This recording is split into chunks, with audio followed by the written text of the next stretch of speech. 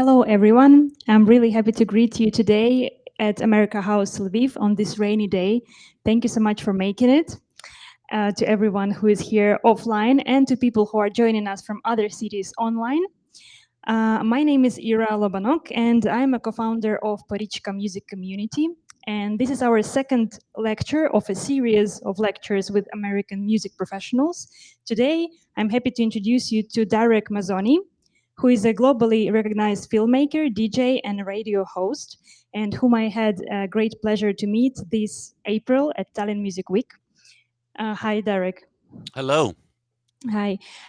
Today we're going to make this meeting as kind of a question answers thing. So please be active. Darek will talk a bit about his background and his journey as a music cultural manager and a DJ and host at KEXP. And he'll also talk probably about his project Sama, where he curates musicians and art. And after that, please be active. And people online also, please be active. Write your questions online. And if you have questions, please raise your hand and I will give you the microphone. Okay? Great. Darek, I'm giving the floor to you. Hello, everybody. It's nice to see you virtually. This is interesting because this reminds me of COVID. The project that was just mentioned, Sama, I started during COVID when you had to stay home a lot. And so I was focused on connecting with artists and continuing the work that I was doing at KEXP. But I found through the magic of technology that we could record natively in the cloud. And so I could talk to anybody in the world, have performances happen, and with artists literally from all over the world, and still build a weekly show and an audience around that at a time when people were stuck in their homes, if they were lucky enough to have homes, to connect. So it's a little bit of irony and kind of a bittersweet moment because we hopefully won't be going back to those times. So my name is Darek Mazzone. I live in Seattle. I live in the United States. I was born in Poland, in northern Poland, and Gdynia and Gdansk area and Sopot. And I work in music and I work in technology and I work in film. And I found myself in a really interesting space where this little radio station that I started working at in 1992, I wouldn't say working because it was a volunteer position. It was a little college radio station that seems to have created a pretty powerful impact. We have a significant following, I think like over 3.6 million on our YouTube channel. And so the thing that's become interesting is that most people don't even know that we're a radio station. They just know us through our YouTube channel. We're an actual radio station. So one of the things that's come up through this is the reality that since we are a radio station, when artists send us their video files or their video, not even their file, their video links, we don't know what to do with this because we're a real radio station. So you have to actually make a song, make a record, record it, and get it to us. And then we, if we like it, if it's good, if it connects with us in some form or another, and it's a complicated recipe of how that connection is made, we will then listen to it and then we'll play it on the radio. And once that song is played on the radio, the actual radio station, I'm older, so radio is like this. You turn a knob and it turns on and turns off. That's when there's a possibility of you getting onto our YouTube channel.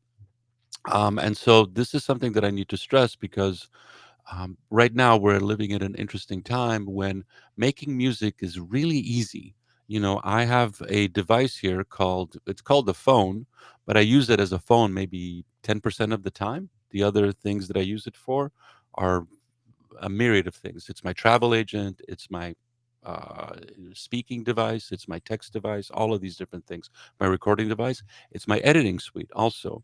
So once this thing is in my hands and I'm actually able to explore music through it and everything else. And if something resonates with me, we suddenly now can have a relationship because then once I really like a band and I feel that they're doing really powerful, interesting work, then we become advocates for that band. We become advocates for the the musicians, and for me, the culture behind them, and the country behind them.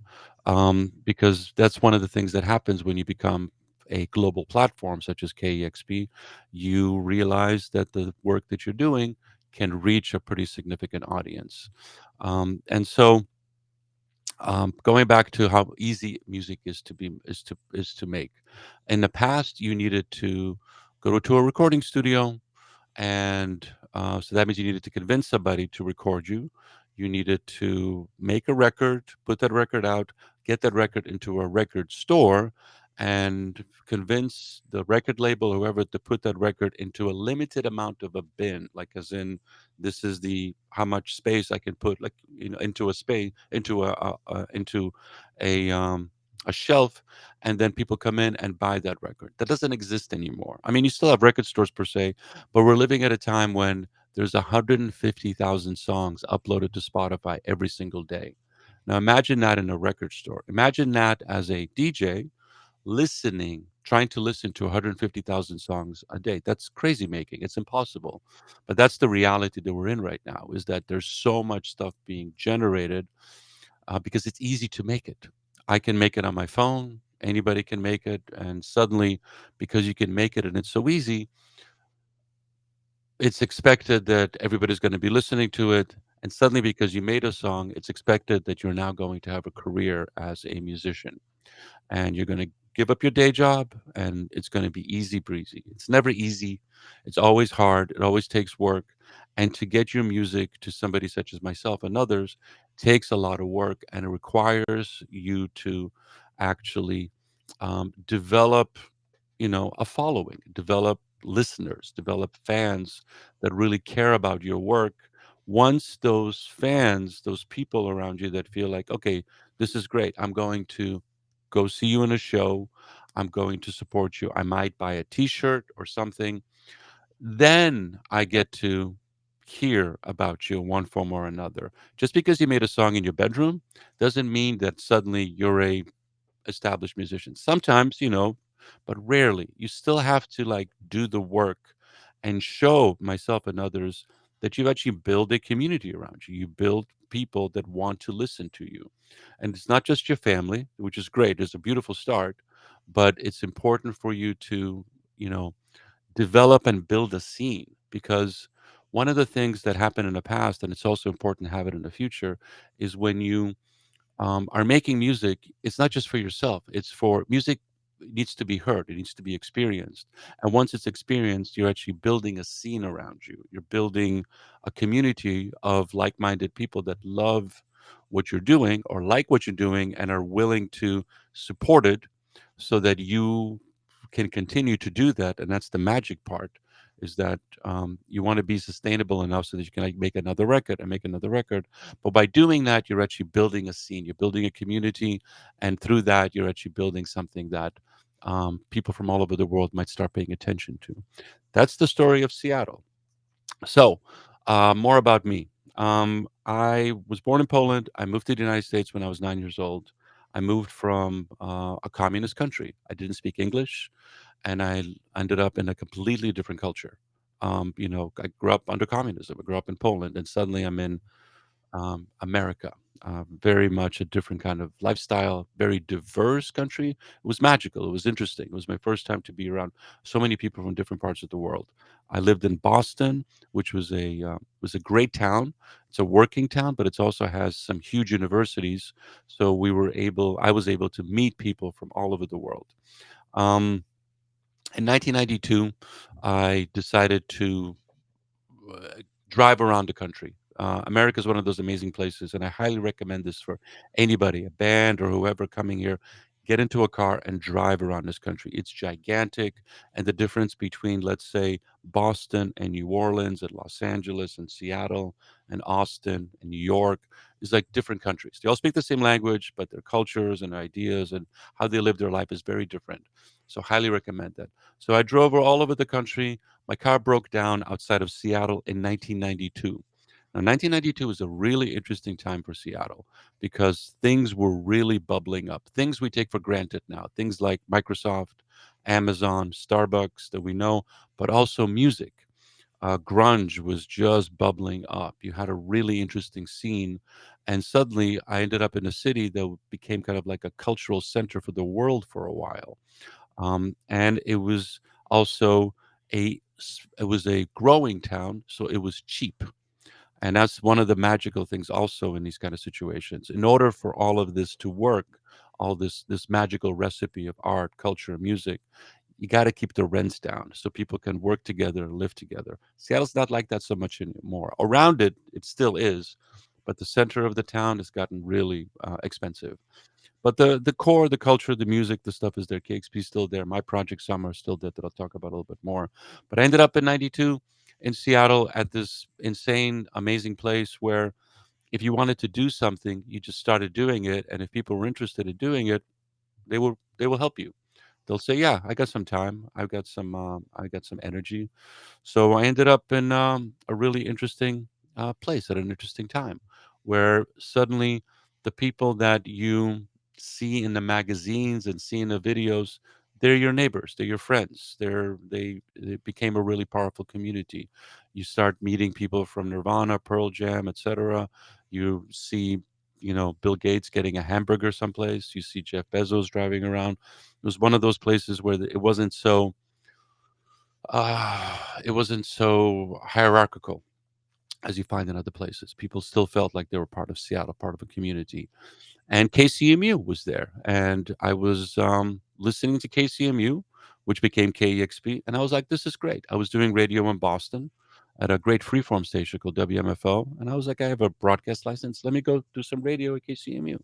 I did the overnight, which is how you proved yourself in radio back day. It was like, all right, you want to do a show? We got 11 p.m. to 6 a.m. On a Monday, which was my slot. And I was working at a full time at an advertising agency at that time. So it was pretty crazy. But I was younger. I could do it. And then, the only employee at the station was Don Yates. He was our music director. And Tom Morrow was the other employee too, but he was working at the NPR station, the news radio station also. So it was all volunteers. They asked me like, "Well, you're playing a lot of international music. Do you want to do an international show, a world music show?" And I said, "Yeah, let's do it." And so I moved to Tuesdays, which is where I'm still at, and I started playing music from all over the world. And it was an interesting time because world music was just moving, bubbling up, and suddenly, but it was still expensive. I had a full time job, so I could afford to buy these records, buy these CDs, because the only way you could get this music is by traveling or by spending a fortune on imports, and I did because I was crazy. I should have invested that money, but hey, you do what you do, and I started playing this music, and it suddenly became really popular, more and more popular, and then another thing happened is that some of these artists started coming to Seattle. Now, when you think about Seattle and you think about the United States, you think about New York, Chicago, LA mostly. Seattle is a great town, but it's kind of like far away in the corner. And so, because of the work that we were doing at KCMU, then KEXP, artists felt like, hey, wait a second, we could actually come here and play. There's an audience, they'll come to our shows. And one thing led after another, and suddenly we had more shows. Womat played here for a few years, and it was an opportunity for artists from different cultures to come and perform. And that was kind of like in the back of my head for a while, where I was like, "Hey, wait a second, this could be a thing," because the magic of having a live show with a band from a country you've never heard from. You might not know their culture or their history, it doesn't matter. Something magical happens. You fall in love with that band, you fall in love with the people around you, and then you fall in love with yourself. And I realized that, wait a second, I need to do more of this. This is like the next evolution of what I want to do here. I still love doing radio, I'm still on it, but I want to find ways to bring artists in from different parts of the world because it's a great way to connect and it's a great way for people to learn about each other that counters xenophobia, counters otherism, counters, just it gives you a sense of shared humanity. And so I started SAMA, SAMA, which means together in many different languages. And now we're putting on beautiful shows. We have artists from Pakistan coming in 2 weeks. We have artists from Estonia. The band Pulup is coming in. And obviously, we work with Daka Braka and Doc Daughters, Marina Krutby, and like, okay, let's bring these people in and have them perform, not just for people that know them, but for people that might not know them. But suddenly, that music becomes a really powerful way for people to learn about each other, learn about each other's cultures, become curious, which is the magical part of all of it, and then want to spend time and want to support them at an emotional level. So we're actively engaged in bringing more, especially Ukrainian artists coming through, and trying to find ways to connect these audiences, not just with the Ukrainians, but everybody around you. We just had Krutby come through, and she did a beautiful performance. Half the audience was non-Ukrainians, and it was gorgeous. It was a really beautiful time. And also now with Duck Daughters, also that's happening. And as always, anytime an opportunity like that happens, we try to get them into KEXP. Now, KEXP is an interesting thing because we specifically have decided to stay relatively small. We become really quite a powerful platform. So other large platforms such as Vice and others have come to us and go like, hey, let's partner together. Let's collaborate, which just seems to be an interesting European term that I finally figured out what exactly that means. It's more like a monetary exchange than it is an actual collaboration, but that's fine. We've specifically said like, no, no, no, no, no. We're on our own little path here, and we're gonna stay small, and we're gonna try to figure out how to grow this audience in an organic way, and we've been successful with it. We have one video crew, and we, we're I'm one of a bunch of different DJs, and we're all trying to vie for these in studios. Hey, this band is coming through. They're interesting for this reason and that reason and this reason, and then we come together and we're like, okay, that's a good band.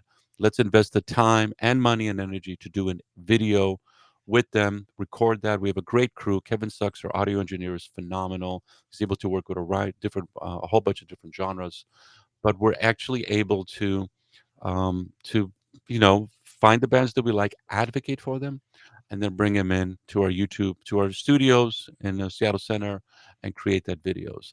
Now, a lot of people ask me, is like, how do I get, how does my band break into that? Every DJ is going to be a little different. For me, the most important part is like, is there something about you that is a little different? Is it something about you that tells me about where you're from? If you're a band that really loves, let's say, the Strokes, or even the Beatles or the Rolling Stones, or you know Metallica, and you do your version of Metallica, that's not really interesting to me because we already have Metallica. So if you're like your version of Metallica, there might be a DJ that loves that, but for me, no. But if you're a band from Ukraine that is doing something that tells me about Ukraine, that gives me the history, like Doc Daughters, or somebody that playing in a bandura, then I'm curious because you are telling me where you came from, not what you like, not the fact that you can cover a particular song a great way. What is it about you that that really, really will move me and move the audience that I'm cultivating and building, because I want them to be curious about Ukraine. I want them to be curious about your history. I want them to be curious about where you might be going with that history. This is important to me because it is an opportunity to create something that is lasting, something that that can really resonate with people who might not, because people understand, 3 chord guitars, drums, bass, etc., because we have it. But if you're playing different instruments, or you're telling a really interesting story, I just interviewed the college orchestra. I found that was really interesting, their instrumentation and how they were connecting. Okay, let's explore that a little further. I'm not being dogmatic about it. I'm not like a folklorist that it has to be like the way the old masters did in the villages. It could be hip hop, it could be electronic music, it could be rock, it doesn't matter. But you're telling something with your music that takes me on a journey. And so that is the main thing that I'm kind of like spending time and trying to figure out, where is this particular form of music going. And I'm finding this all over the world right now. It feels like a generational experience, either millennial or Gen Z or whatever you want to call it. A lot of artists are trying to find where they're from, not where what their parents or grandparents emulated from a cultural perspective, a musical perspective. I grew up on in the Eastern Bloc, and I understand. 1989, the wall came down. Nobody cared about what the Soviets were doing. They wanted to be, sound like the Cure, the Smiths, or whoever was popular at that time.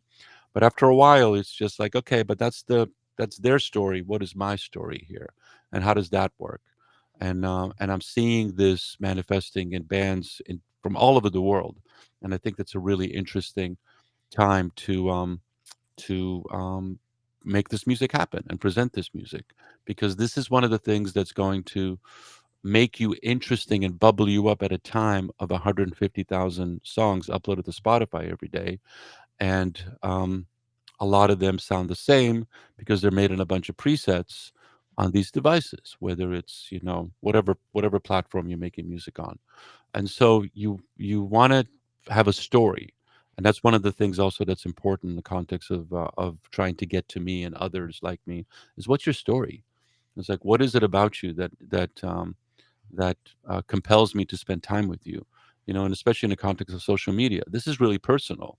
Back in the day, you would never get close like this to a band. They wouldn't be coming out like this. They wouldn't be sharing that stuff with you, because it would be them on stage. You get their record, you read the liner notes, you listen to it over and over again.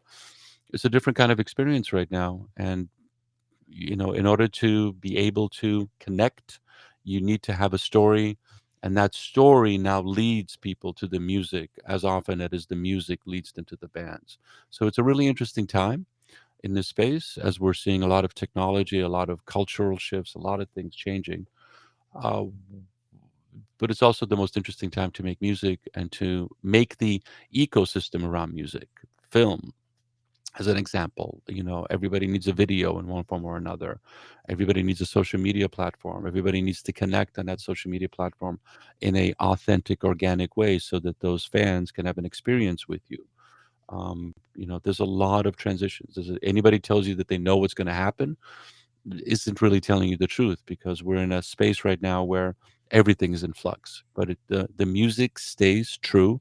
The music is a pathway. It's a window into a culture, and it's a window into people's soul and people's hearts. So this is why artists continue to make it, and this is why I advocate for them on a radio, and I try really hard to find ways to bring them to the stages here in my home in the Pacific Northwest.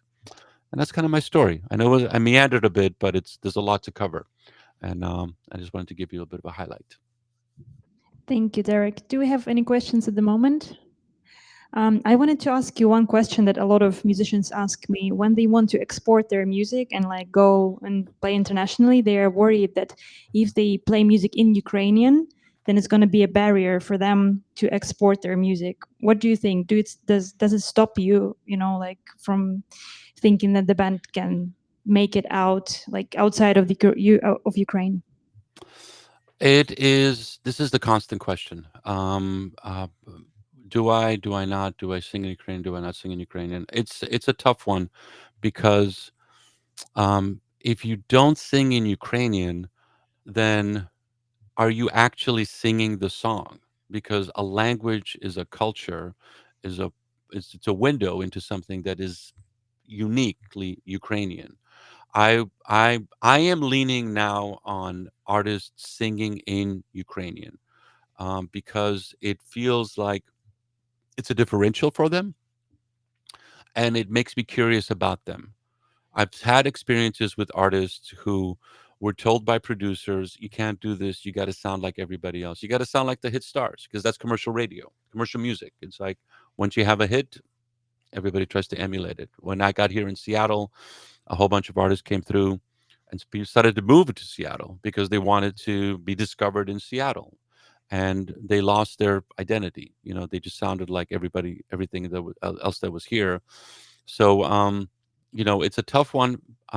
I would lean on starting with Ukrainian and push on that as much as possible, because the thing that's going to break you is your story. The thing that's going to build an audience around you is how you're communicating with them, how you're connecting with them.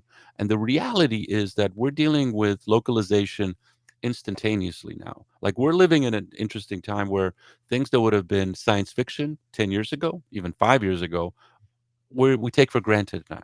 So if there's something you want to say in your music in Ukrainian and you want it to be translated, that's just an app and making that work. But if you want to really break through, I would lean in Ukrainian. And then maybe, if you're feeling like, okay, I want to do a song in English, then do a song in English. I'm not going to tell you what to do or not to do. But the thing that makes you unique, the thing that separates you from another band singing in English about your heartbreak or whatever's going on is the fact that you're Ukrainian. It's like we get I'm going to swear, we get a ton of bands that sound exactly the same. They just happen to be from different countries, but they literally sound the same. Thank you. There is a question from Leonid from Odessa on the chat. He says, I'm a fan of Seattle supergroup Master Musicians of Bukake. I'm not sure how to pronounce that. Their last record was 10 years ago. Do you know something about them? It would be awesome to hear something new about the band. Yeah, they're great. They're really they're a very interesting band made up of uh, great musicians doing a whole bunch of different stuff. But they don't need to make this music. I mean, they're musicians. One of them lives in Cairo half the time. The other one, they started Sublime Frequencies, a great little record label. They're doing different things in their lives. They might come together. I'll let them know that you're a fan. There's other fans out there. But this is interesting because that's the other thing that is intriguing about this relationship that people have right now with musicians and the industry is that you you create a sense of expectation.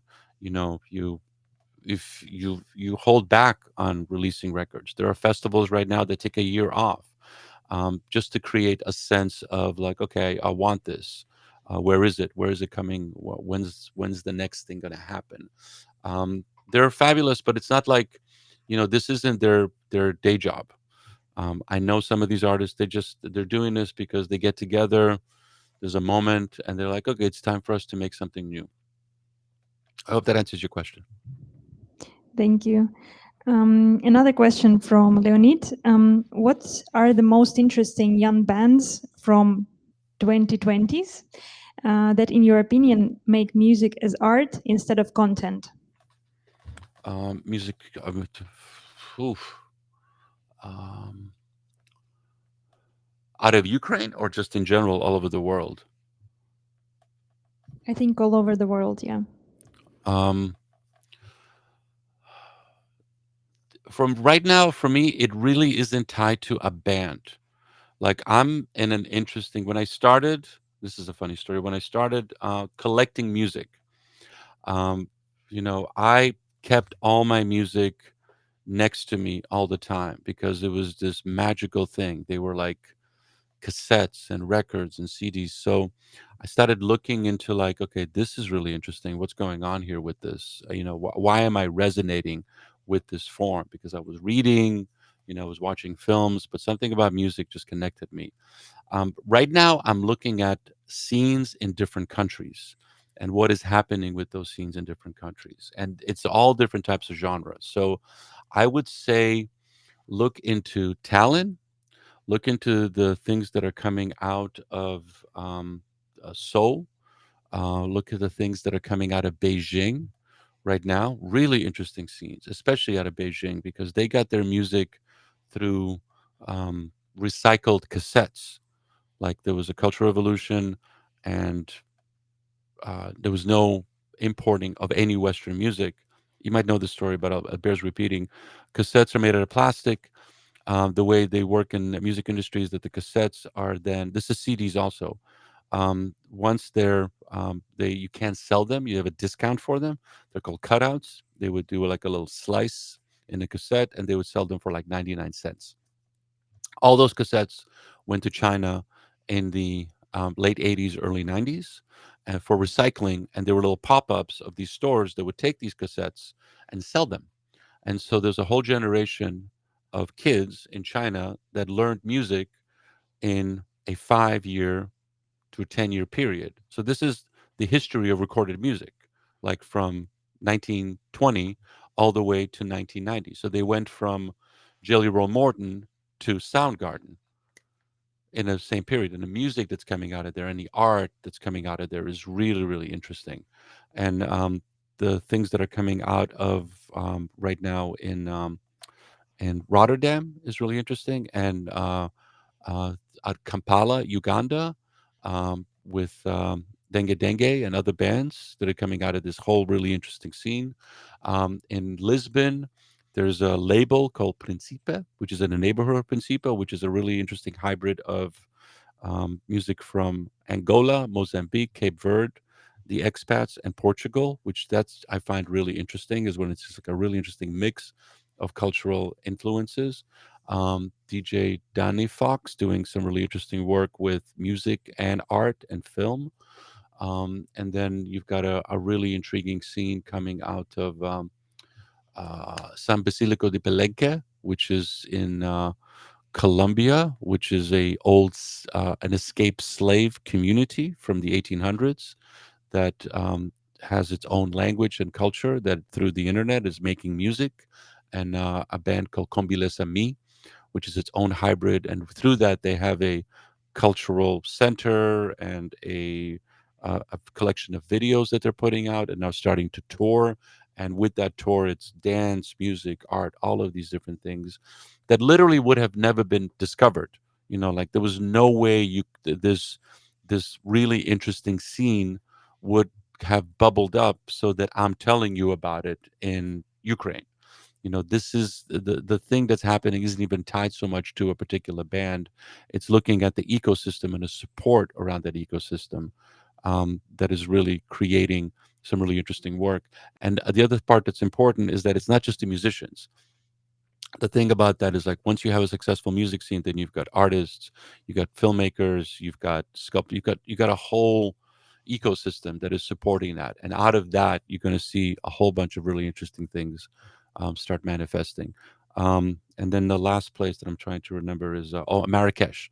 Marrakesh, Morocco has got a really interesting scene that's tied to music. Obviously, it's phenomenal history and really interesting hybridization of its tradition and new forms.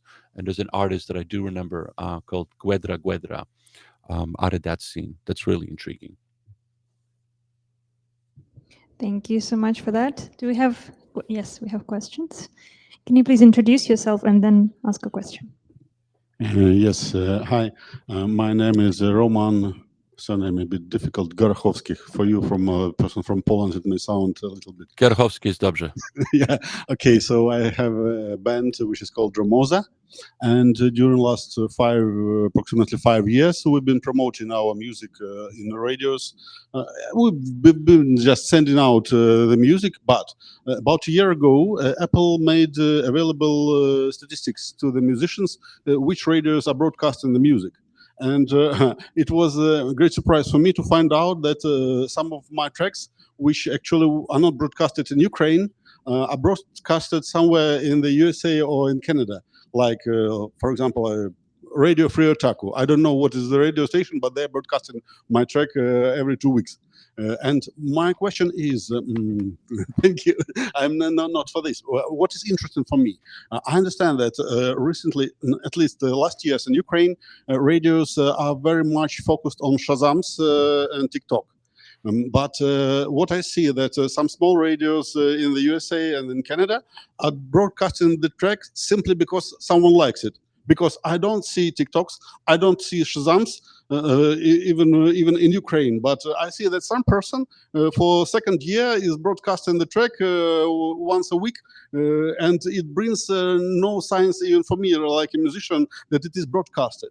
It's interesting for me how an editor in the radio station decides we will put this track today, and for example, in 6 months we take it out, or we put it twice more often, or we take another track of this band. How the decisions are taken when there are no, say, practical signs of the performance? How you measure it? I mean, this is the place we're in right now. I mean, I am an individual. I have a weird skill where if I like music, I really like it, and then I have some channels that I'm working for and building, and I play it, and then and then I put it out through a playlist, and that's generated, and then I put it out through a Mixcloud per se, and then if I want, if I have the time, and so it's really depends on, like, now I've met you, so now now this song might have a name to a face and everything. It's like, in many ways, it's like the connection that you're making with the DJ is going to get that song played in some form or another. As far as like how you measure it and per se, I mean, you kind of have to. Back in the day when you had CDs, you had IRC codes, and so you could find out that this record is actually being played because it would show up on the CDDB database or Music Brains or etc. It's different right now because SoundCloud doesn't really generate that kind of code and everything. An interesting side note with that, and this is important, is that um, this is how we find out that when people buy CDs at shows, less than 2% of them ever get opened and less than 1% of them ever get played. So that relationship that people have with music is still there. They want it. They want something of that, um, but they don't have the devices to play it on. So it's an interesting thing to think about, is in, like, in the age of streaming, where you would, like, to our friend with his band, you have this song that suddenly, how is this being played in North America and Canada? What's going on here? It used to be a process. You would have a record label. That label would then get it to a DJ and push that DJ and would get it in nightclubs or whatever was going on with that. Everything is in flux right now. There might be some time in the future where things are, you know, this is the only, everything needs to be categorized a particular way. And so you would see that. But right now it's a little bit like the Wild West. I don't know. I don't have an answer. Like, we get stuff sent to us all the time. I travel a lot. And so I am picking up things, I'm listening to stuff, I'm connecting with people. They'll send me files. And I'm like, okay, that's really cool. They catch me in the morning. I have had my tea and I'm listening to a whole bunch of music. And then I put it out there. But it also, it depends also. You kind of have to work, you have to look for it a little bit right now. It's a little bit like mining. If you're, as an artist, you need to find ways to see how you can find your music, and whether it's through certain keywords. This is one of the things that's interesting about AI platforms like ChatGPT, language models like ChatGPT and Claude and DeepMind right now, DeepSeek. They You can create, little programs to find your music and see what's out there and tell people about it. But I don't have like a system in place. Just as far as I understand, still their personal, say, relationship or personal connection with the person who takes the decision is still quite important. Yeah, I mean, with it, this is different kind of radio. KEXP and some of the things that I do is very different. Commercial radio, you're still dealing with, um, not that much adventuring going on in there. The the fastest growing genre in the United States right now is country music, classic country music. Not classic as in like old school, but it's country music. Country music radio stations are popping up, per se. You're seeing this in different shows. It's a connection that people are having through this, and people that listen to country music tend to listen to country music at commercial radio, and they tend to buy the beer that country star is promoting, etc. It is a connection. It's not very interesting music. I mean, it's fine, but it doesn't really evolve very well. It's very much a particular thing. I don't want to be quoted as like country music is horrible. I love country shows, etc., but it doesn't really change very much. It's because it's commercial, and so you want to sound like the next hit over and over again, because in that industry, it's not, if you're a hit maker, an artist that's doing well, you have an entire industry around you that depends on you doing well. You have managers, agents, um, chefs taking care of you, etc. So it's not, it's a little bit risk averse, whereas what we're looking at is much more. We're I'm focused on more experimentation. I'm focused on more risk taking. Thank you. I just wanted to say that maybe in Ukraine we have more commercial radios. If someone knows more about it, let me know. But I think we have most of them are commercial radios. There are like not a lot of community radios like Skovoroda radio. I think it's a community radio because it's like supported and you can. There's like a Patreon for them, and they are a bit more free in what they can choose. But the rest, the commercial radios, yeah, they need some hits so that the people who want to sell commercials will come to them because they are top radio that everyone is listening to. So yeah, it's it's kind of a business venture thing. Hi. Independent radio stations in Ukraine, I think they started internet radio stations, and not really long time ago, maybe 5 years, maybe 5-6 years tops, not normal. Actually, hi, my name is Elena, and I also wanted to ask a question. So as you told your story, and you said that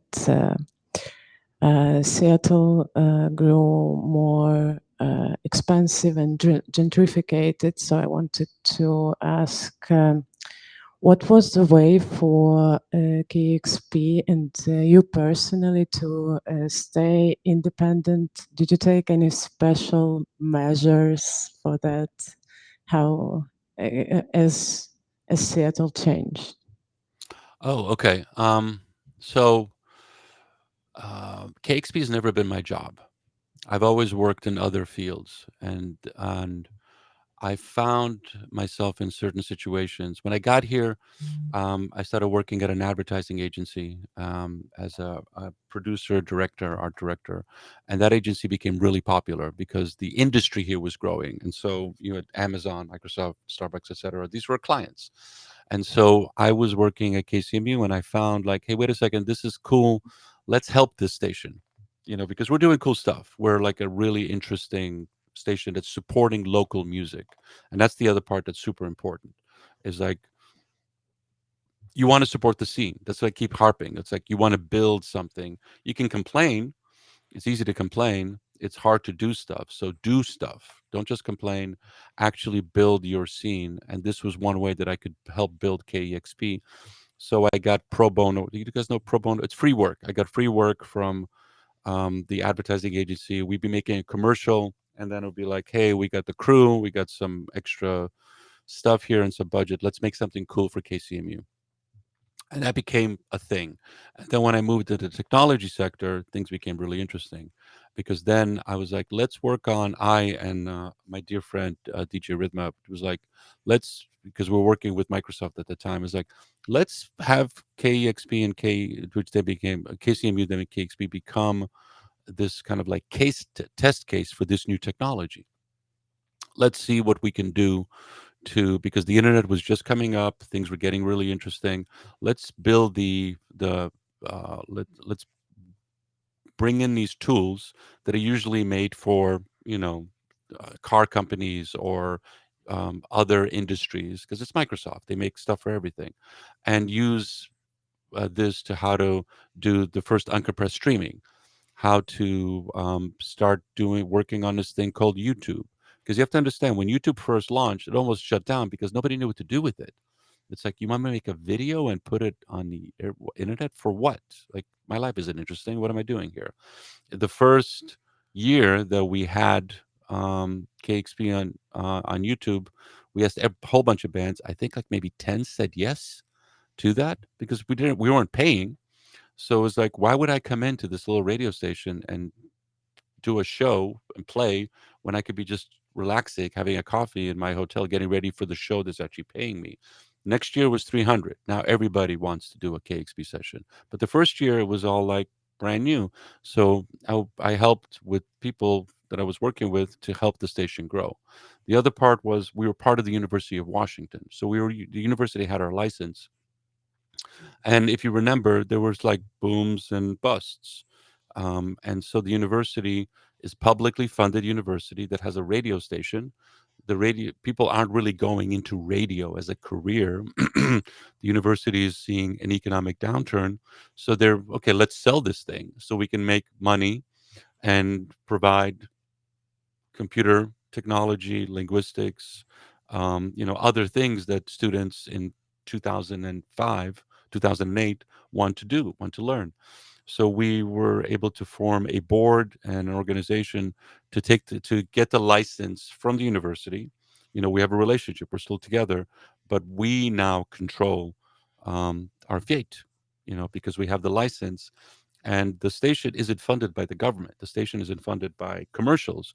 We're funded by listeners, from all over the world that give us anywhere from like $10 a year to $1,000 a year, and there's thousands of them, and that's how we stay, honest, and we're able to experiment and do a whole bunch of stuff at a time when you don't even need radio. When you think about this, when I started doing radio, I had a record collection, and I played a lot of music from different parts of the world because I bought that music and I traveled. Now you could do radio without owning a single record because everything is files and streams per se. We have a great library and stuff like that, but a lot of stuff is just files. Um, and if you hear a song, more often than not, you Shazam it, or you can go on any streaming platform and get that. That would have been impossible back then. It would have been like if you heard a song somewhere, you would need to, I remember I heard something. This is amazing. I have a memory of this song. I don't know how to find it. I don't know what it is, etc. That's all gone now. That mystery's gone. If you listen to something and it's not Shazamable, that's rare. If you find a piece of music and you can't find it on a streaming platform, that's super rare. Those are like magical things. But back, that's the way it was. So the fact that KEXP is more popular than ever, and people want to be connected with it, they want to have some type of like we make bumper stickers, and they're all over the world. Bumper stickers, stickers that are in the car. Sorry. Um, and then people don't put bumper stickers with Spotify on their cars or on their guitar case or whatever. So it's once again, it's about that sense of community. It's like, what is it about you listening together, coming together, being together, and experiencing this? This is, I think, one of those things. Well, this is one of the reasons why I started Sama. Was just like I felt like this is interesting. This is an interesting time, and I'm finding that like even in colleges that still have radio stations, those radio stations are really popular. The kids today want to do radio because it's authentic. There's real, like you make mistakes and play. Like I just recently went to a club show with a bunch of young DJs, and they're making train wrecks left and right, and people are loving it because it's real. They're like, wow, it's a real DJ. It's not just pressing a button and bouncing around like a top. So there's that sense of like authenticity, and with that authenticity, there's like randomness, and I think that's the thing that keeps us growing. Like people feel connected to us. It's random. We're professional. It's not like just a bunch of blah, but it's that sense of reality. Like people make mistakes, we make mistakes, but we're still connected. I hope that answers your question because I know it was a long one, but I felt like I just needed to go on a tangent on that because these are some of the things that I'm exploring right now.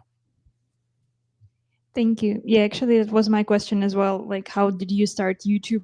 So, like, you answered that. Thank you so much. And I also wanted to ask you about Sama. How did you come up with the idea and how it's different to KEXP? Because at KEXP you have performances, and in Sama you have performances as well. So, like, how is it different, and how you come up with the idea? Sama came up because I wanted to bring artists from different parts of the world to the Pacific Northwest and put on shows. As I said before, the live show experience, whether it's like a band or a DJ, is magical. It's alchemical. It's the thing that really works in this space. And as I was saying, a lot of artists just weren't coming through. There just wasn't enough of them here. So I and my friend John Goodfellow was like, okay, let's do this thing. Let's set up a show and let's bring in artists that wouldn't be coming here. This was also at a time during the first Trump administration, where you got a lot of like xenophobia, anti-immigrant. You had the Muslim ban.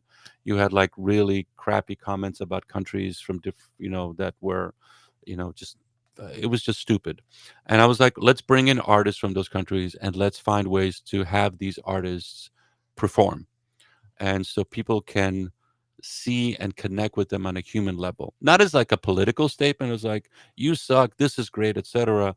I just wanted to put on these shows and let people make their own decisions, because I've had magical experiences at shows with artists that I don't know where they're from. I mean, I kind of do because this is what I do, but I don't speak the language. I don't know much about the culture, but there was something magical that happened, almost alchemical, like it transmutated my experience. And we ended up going to Australia because I wanted to start bringing in artists from Asia. We're on the Pacific Rim, and COVID hit.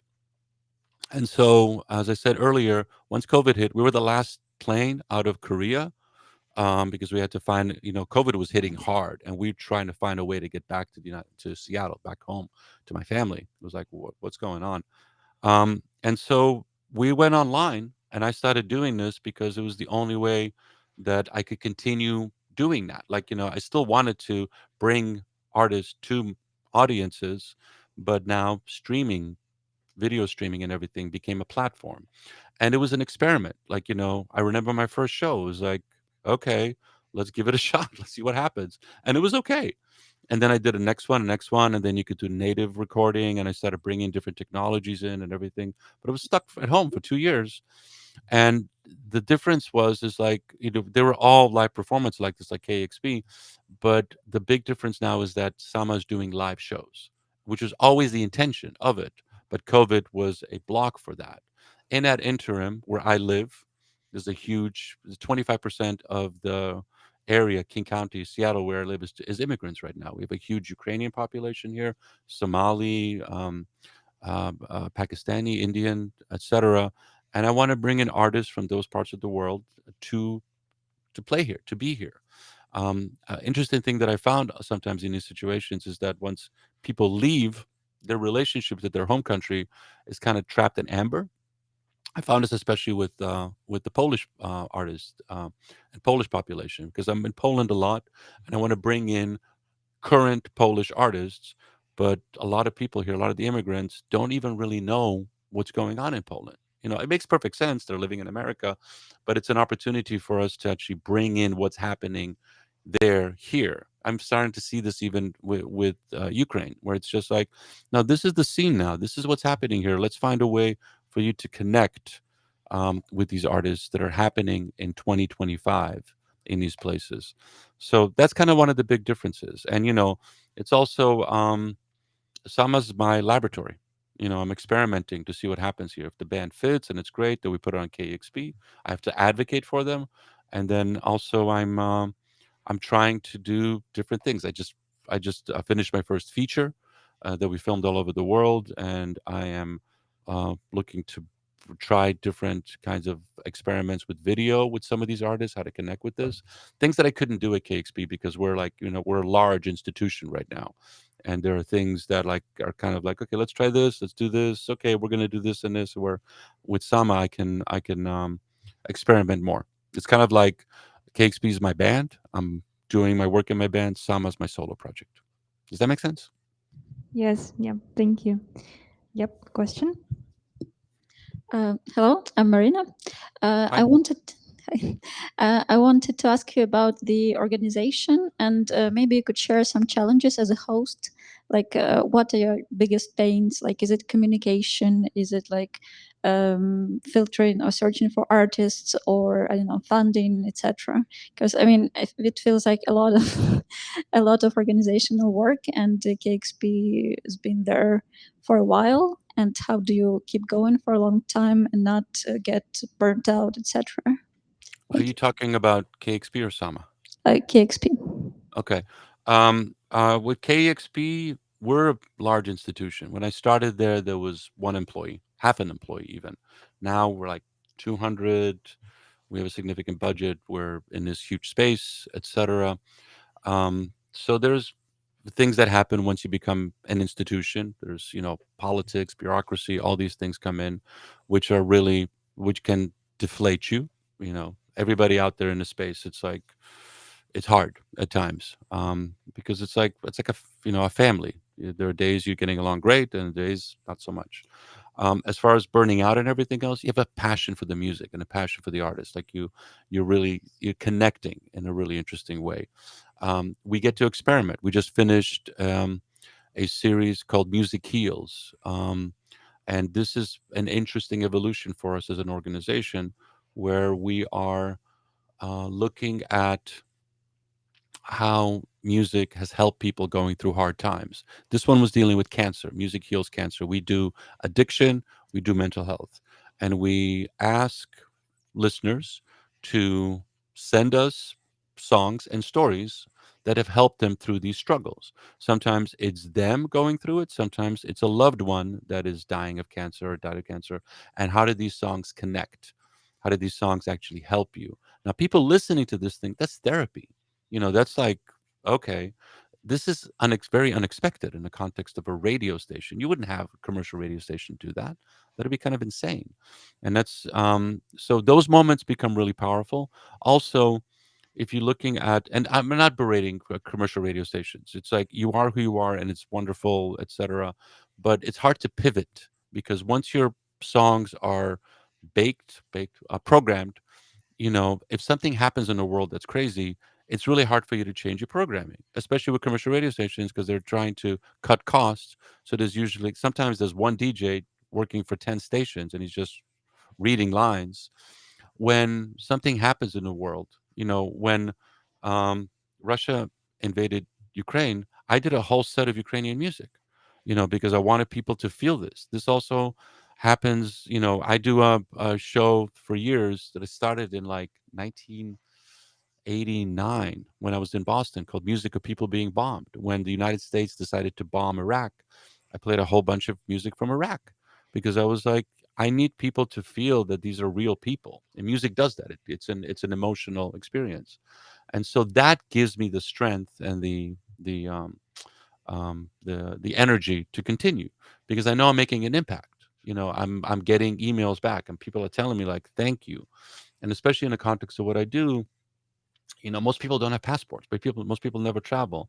But because they listen to my show, or because they've come to a performance of a summer artist that I have coming in, they get the passport, they go there, and then their life changes, because travel changes you.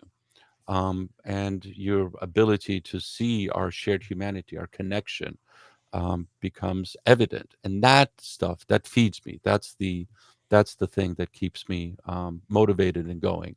But yeah, always struggle. Fundraising is always hard.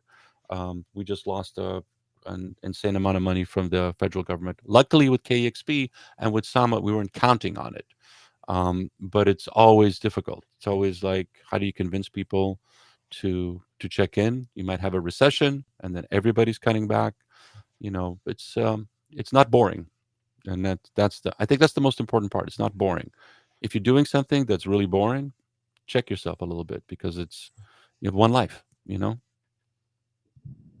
Thank you. Oh, yes. Hello, my name is Lip, Hello. and you've told about commercial music and about country music, that it's not quite evolving, it's stagnating. But do you see some tendencies in commercial music, some genres that are gonna change, and something interesting gonna appear, something new in commercial music? Yeah, I mean, I live in Seattle. When grunge came out, it was not commercial music at all. It became commercial. It became, quite popular for a while, and then something else came up. So it's always going to move. It's always going to change. You're seeing, I'm a DJ. I love electronic music. I've been involved with electronic music since, the mid 80s. There's a genre that came up, a marketing genre called EDM. It was a whole bunch of people came together that decided, let's take all this and put it into a thing. And as soon as you name something and it's marketed, then all the interesting stuff gets cut, because it needs to fit a thing that needs to be sold.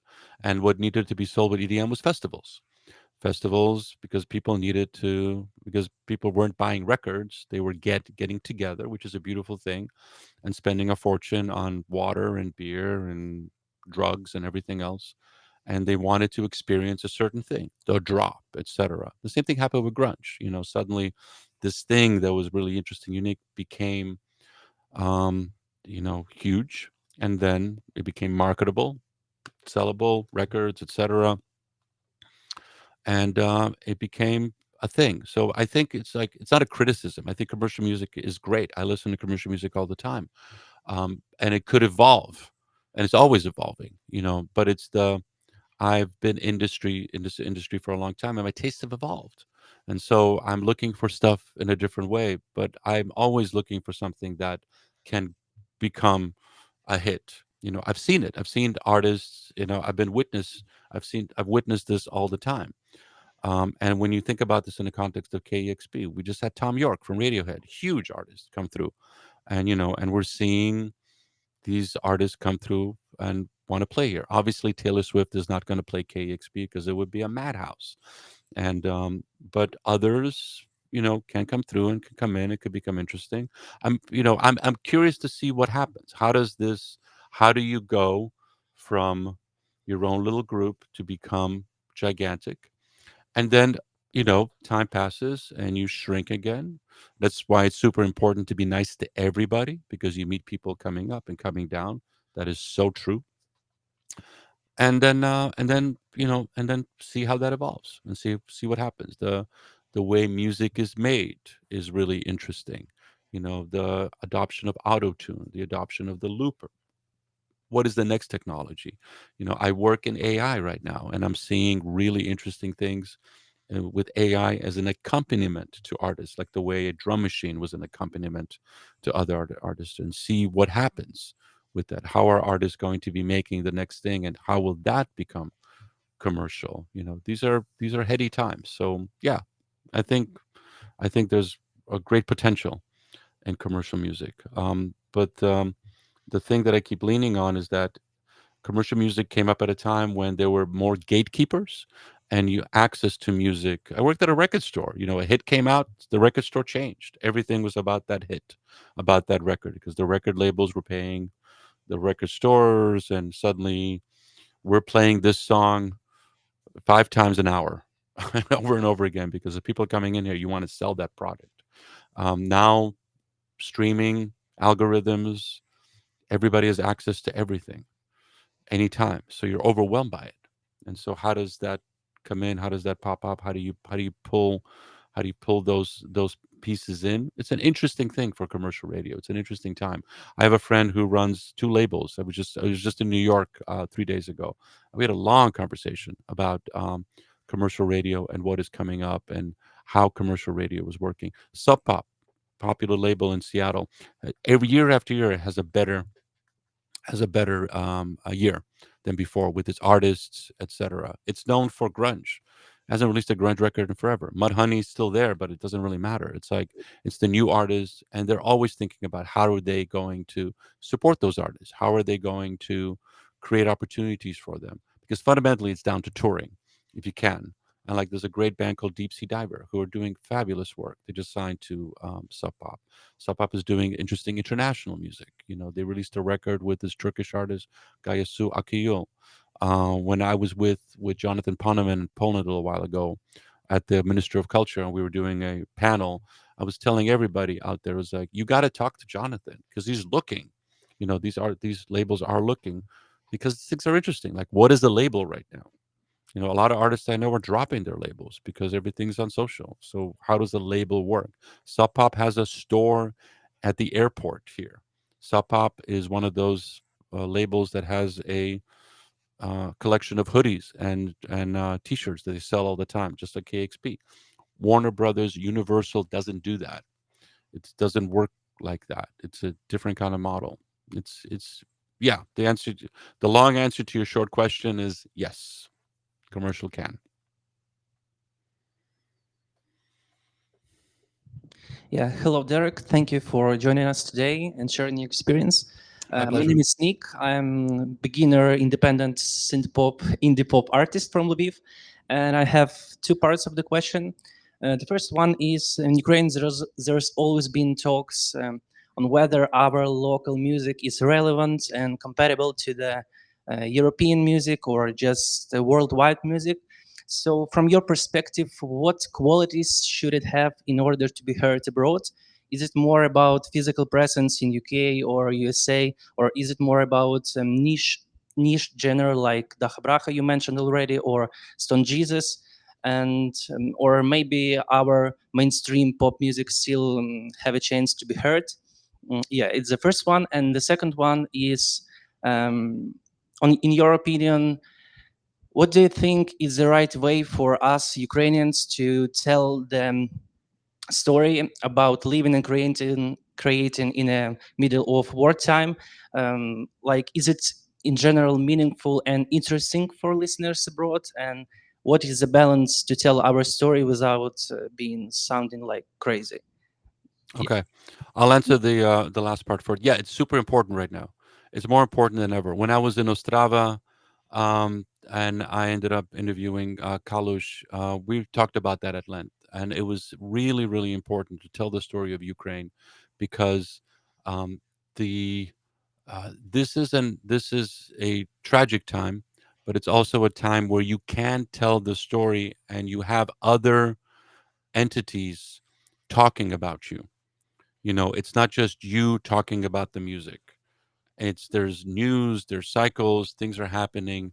This is your time to talk about Ukraine, to talk about your music, to stress any music that's coming out of Ukraine right now. This is the time that if I was to speak to your minister of culture, or anybody out there, I would double down and showcase the range of music, the range of the Ukrainian experience, Ukrainian cuisine, Ukrainian film. In Seattle here right now, we just started but the organizations that I help support has a Ukrainian film festival starting, and also has taken over a small space for Ukrainian Cultural Center. This is important because it's good for the expat community to get together and share, but it's also an opportunity for people outside of that community to discover other things about Ukraine that isn't just what they're hearing in the news. This is important because um, the news cycle will fade and there'll be something else. You see this with Afghanistan, you see this with Syria and others.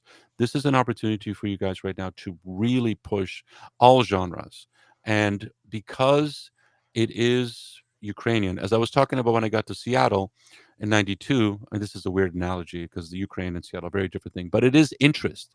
And suddenly a lot of bands came here because they wanted to be discovered in Seattle because everybody was talking about Seattle. So a lot of people are talking about Ukraine. It's not even tied to the genres that you're putting out. It's the story of who you are. And I keep leaning into that also. It's your story. And that story could be about the war. That story could be about leaving. That story could be about your history. Like, we had a long conversation with Marina Krut about that. You need to keep telling that story, because the technology allows you to localize that story into any language that you want. And you need to take this time to make that viable, because people are going to become curious about you because you're Ukrainian. Obviously, playing live, super important. That's the magic. You get out there if you can and get on stages, open for bands, whether you're playing for 5 people or 500 people or 5,000 people. Get out and play. Use social media as much as possible.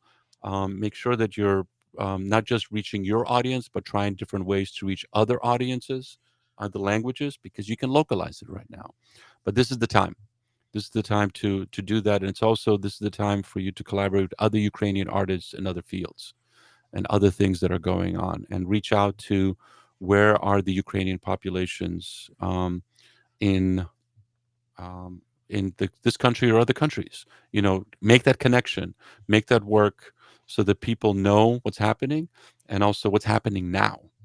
And talk about it, tell the story, release music, put it out as much as possible. This is the time for you to be, if you're not making music, if you're not putting out stuff, you're wasting your time, because this is your moment. Does that make sense? And the first question is as well, or yeah, covered. Okay, good. Thank you. Yeah. I'm just saying, it's like you got to talk about it. This isn't like being crazy. People are curious. They want to know more.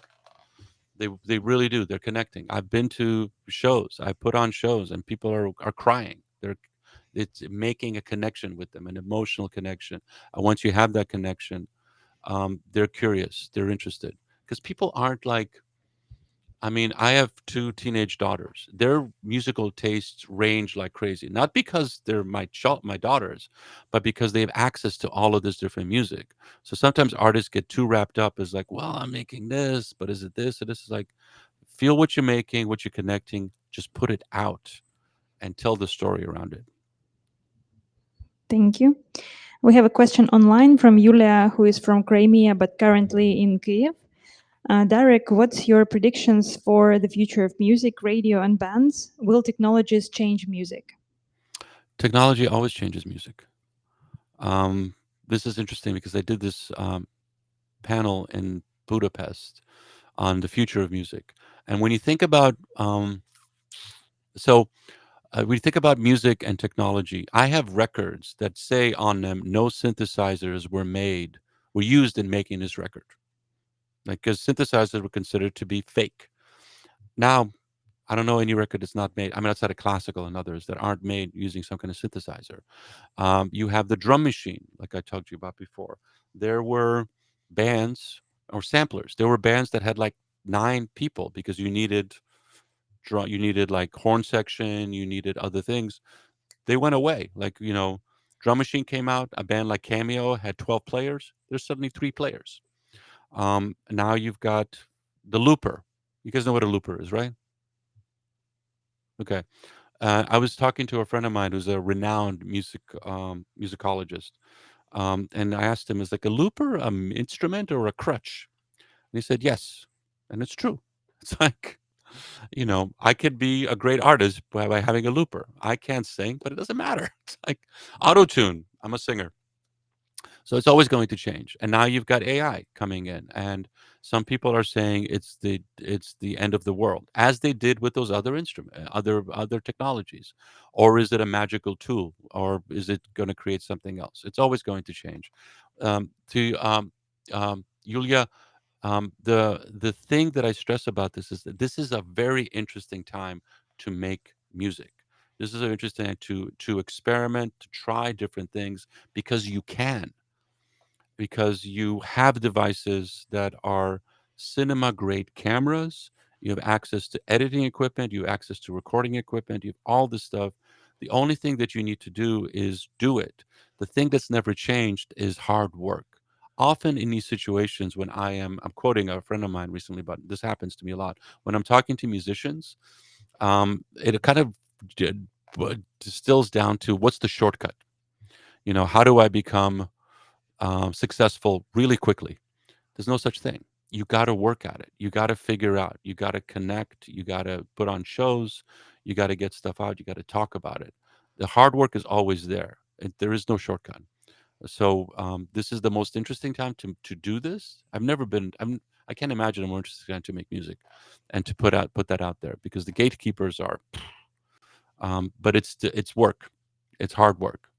And you have to make that. If you're not willing to do the work, you might want to think about doing something else. Thank you. Any questions in the room? Okay, one more online question from Leonid. He's very active, from Odessa. Most of us have a good idea about the sound of different decades, from 60s to zeros. What do you think was distinct sound in 2010s and 2020s? What will be the distinct sound? 2010s was, to me, the emergence of festival pressure and culture on this. You saw a lot more electronic music incorporated in this, and also you saw the emergence of the domination of genres such as reggaeton, that originally from Jamaica and then moved to Puerto Rico, and they became ubiquitous all over the world. So that sound to me became interesting, as in you didn't need it coming from the West in that particular way. You didn't need the that pressure coming in. the like, you know, like you didn't need this giant system of, okay, we're going to make it sound like rock and this and that. It became really interesting to me, especially. And then from a sound perspective, coming up right now, I think you're going to see a pretty intriguing influence of K-pop. K-pop as a aesthetic, K-pop as a business, K-pop as a sound and how it's working.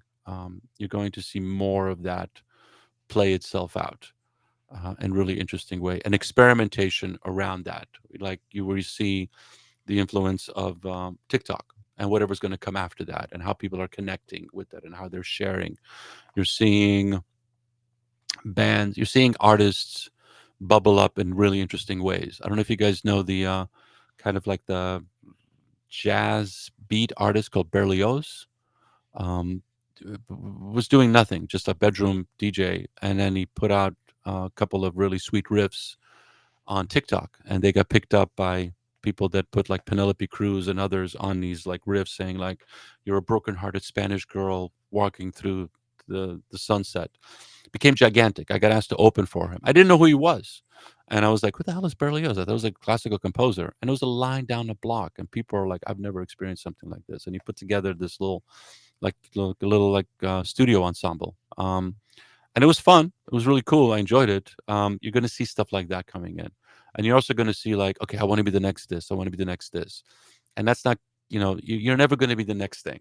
You have to be your thing, and I'm curious to see what will come from all of these different things. When I say things like K-pop or reggaeton, the next thing could be something from Ukraine. It could be gigantic.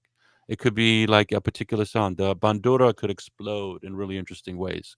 It's all wide open, because the analogy that I always use is that like 5 years ago, 10 years ago, we knew, you know, like if you wanted to do this business, these are the things that you needed to do to get into the business. And once you're in the business, this is the thing that you do in the business. Now it's wide open. We know what was, we don't know what's coming. Does that make sense? Thank you. I have one more question about the thing that you said at the very beginning, that you have to be like unique. You don't have to try and copy some other people. On the other hand, when young musicians or like upcoming musicians are starting, they're actually told that like, okay, you don't fit our radio station because we are strictly pop, or we are strictly rock, or we're strictly electronic. Also, when you want to pitch yourself to different playlists, they are like, okay, did you hear our music? It's all like, you know, kind of a pattern of the same thing. So it's really complicated for an upcoming musician, like starting musician who are just starting out, to you're trying to be unique, but everyone tries to push you and like get you into the box. So like sometimes you just give up because, you know, I'm trying to be this, I'm trying to be that, like, you know, and you just like burn out and you stop doing it. I don't know. Do you have any advice like how to balance it out somehow? Um, you need to do the work on building your audience. Getting onto a radio station will not help you build the audience in a kind of way that will connect you and give you that sustainability with that audience. Um, I'll use hip hop as an example. Hip hop grinds through artists like crazy. You could be huge for a month and then you're out. Nobody remembers you. Nobody's going on. So you need to do the work to build that particular audience, and then once you have a little bit of that, that radio station will start paying attention to you, because when algorithms, whoever's running the algorithm will be or the playlist will be trying to get will want be curious about you. They're going to check you out online. Like I'm in the middle of hiring a couple of people for Sama, and people are sending me their CVs, which is great. I'm checking them out online. I'm like, who are you? What are you doing? What is interesting about you? If I'm going to be working with you, I need to kind of like you, and we need to have stuff to talk about. Like, and I think the magic for any art up and coming artist right now, to keep you from burning out and keep you and make you interesting to commercial radio and everything else, is if you build your presence in there. And some artists are like, it's exhausting. It is exhausting. And I don't want to do social media. Nobody wants to do social media. But this is the new tool. If you learn how to make music, you need to learn how to do this too. And then you will be able to bubble up and play a role here. Because once again, you're dealing with crazy numbers. The amount of music that's being generated and made right now, for you to bubble up from that, you got to think about your story. And then how do you build that story? How do you use the tools that allow you to make that story happen? And I keep stressing, I'm older. I've been through this a long time. Being a great artist and reaching me in the 90s would have been impossible, because how do I get your demo? Everything started changing for me a lot when I was, when people started to record music on cell phones, and they would send those recordings to me via Skype. They were at a festival in Mali, and I was like, this is amazing. I'm going to start playing this right now. And then WhatsApp, people started recording stuff. This is phenomenal. I'm going to put it on the air right now because this is something I've never heard before. This is something really interesting and unique. And then you're talking about even legacy artists. I just got a couple of records of synth pop from the 80s from Uzbekistan and Tajikistan and Turkmenistan when it was part of the Soviet Union, but they got their synthesizers, and they started doing really interesting stuff with that. Like there's like there are like DJ nights right now of synth music from Ukraine. I got a Light in the Attic, a great label, just released a whole bunch of really cool stuff last year from Ukraine, stuff that nobody ever heard before. It was like really interesting stuff that was going on in your country in the 80s and the 90s that would have never been out, would never have been heard unless somebody went to Kiev and went into a shop and found a bunch of old cassettes and brought them back to me. Now stuff is available. So it's the ability to tell your story, share that story, and get that reaction.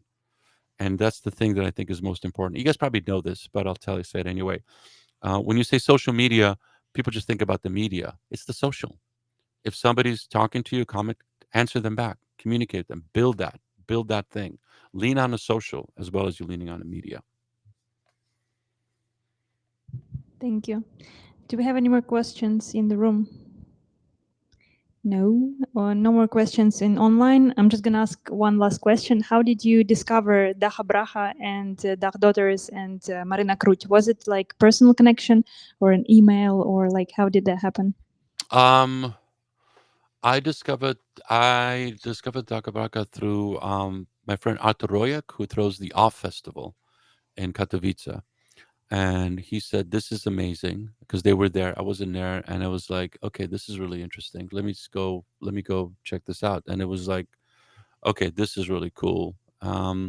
Marina was through a personal connection. My friend Rafa, before WOMEX is a great conference of world music and international artists in every different cities in each year. It was in A Coruña in Spain, and Rafa put together, and Rafa is from Ukraine. His family's from Ukraine originally. He put together like a gathering of people like myself, and Marina was playing.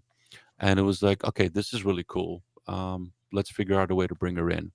And Doc Daughters came through Doc Abraka. They have the same manager. They're more theater oriented, and I was blown away by how they could perform. The things that I love theater, and I love artists that know that they're on stage. That's another thing that's super important for any up and coming artist. When you're on stage, you're on stage. Put yourself together. Like people want you to succeed. And I wanted Doc Daughter and Doc Abraka and others to succeed. And one of the things that I've discovered that I saw sometimes in these situations was like, sometimes artists don't realize that they're on stage, that they have an audience. Think about that. Think about what you're wearing. Think about what you're saying. Think about how you're going to engage these artists. Like when you look at K-pop artists, which is one of the things I was stressing about before, everything is scripted. Like, you're trying to get this audience to connect with you on a real tangible level. So it's like theater. It's like, what are you saying? How are you connecting with people?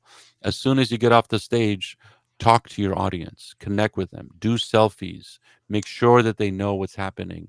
And the other part that's super important is like if you're an artist and you're from Ukraine, talk about your country, talk about the city, talk about the other artists that are doing great work and that are doing this beautiful art and building the scene. Like fundamentally, the thing that I stress with a lot of artists is like, I want you to encourage me to go visit your city as a tourist, to go see you, to perform you, to spend money at your restaurants, to go visit, to go experience, because I want you to be a conduit to get people really interested and curious and want to feel something about you. Thank you.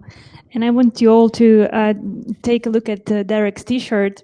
This is a t-shirt of Dacha Bracha from the very first tour in the First tour. US. Yeah, so it's not available anymore, but Darek has it. I love this shirt. Yeah.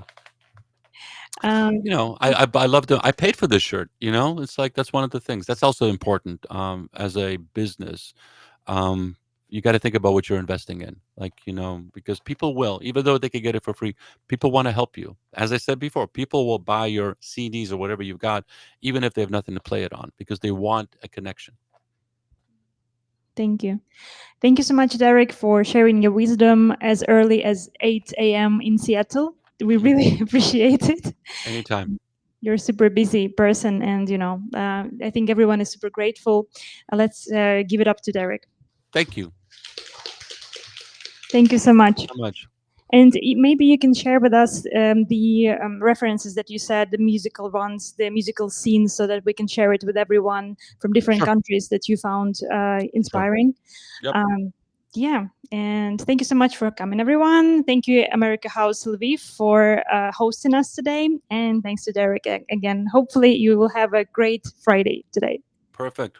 I look forward to seeing you guys in Ukraine soon. Brilliant. Please come over. We do. Slava Ukraini. Героям слава.